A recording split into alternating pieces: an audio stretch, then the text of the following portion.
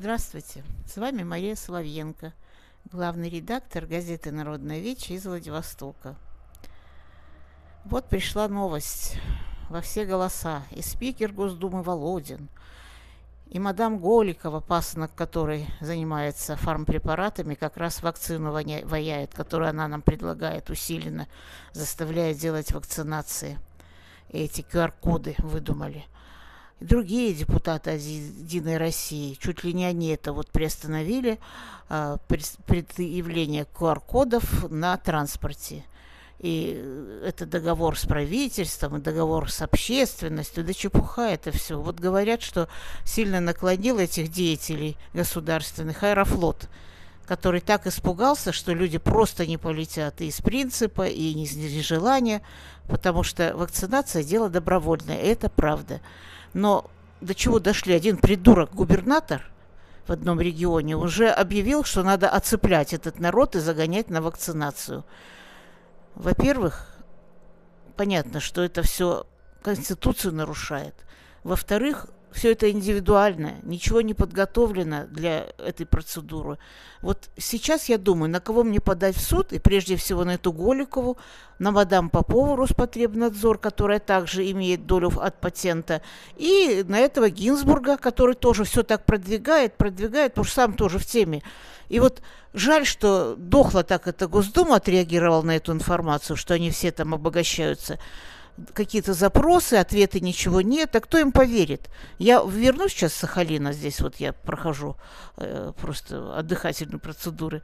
Я официально сделаю журналистский запрос и в Госдуму, и в Совет Федерации, и президенту, а самое главное, в Генеральную прокуратуру, в Следственный комитет и ФСБ, чтобы они по-настоящему проверили этих магнатов и Голикову, семью ее, и Попову, и Гинзбурга, и других чиновников, которые причастны, я думаю, к обогащению за счет вот этого ковида.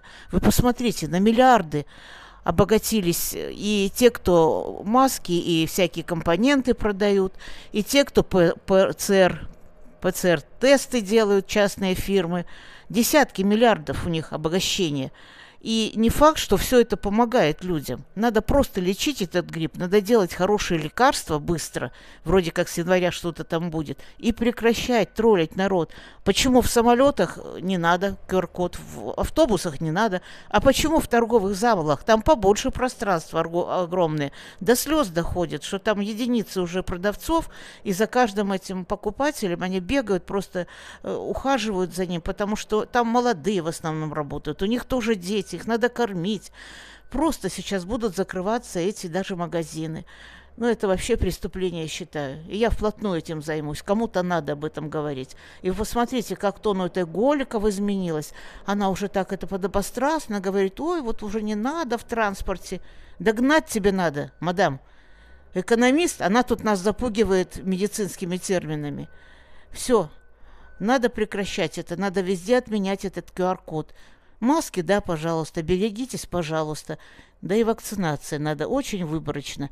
У меня 300 было единиц, 8 месяцев прошло, бессимптомно переболела. А я вынуждена была этот лайт поставить, потому что, лететь никуда нельзя. А у меня там 2500 сейчас эти титры. Это очень большой. Может, это и плохо. Я сейчас разберусь. Я прямо в суд подам на вот этих деятелей за себя уже.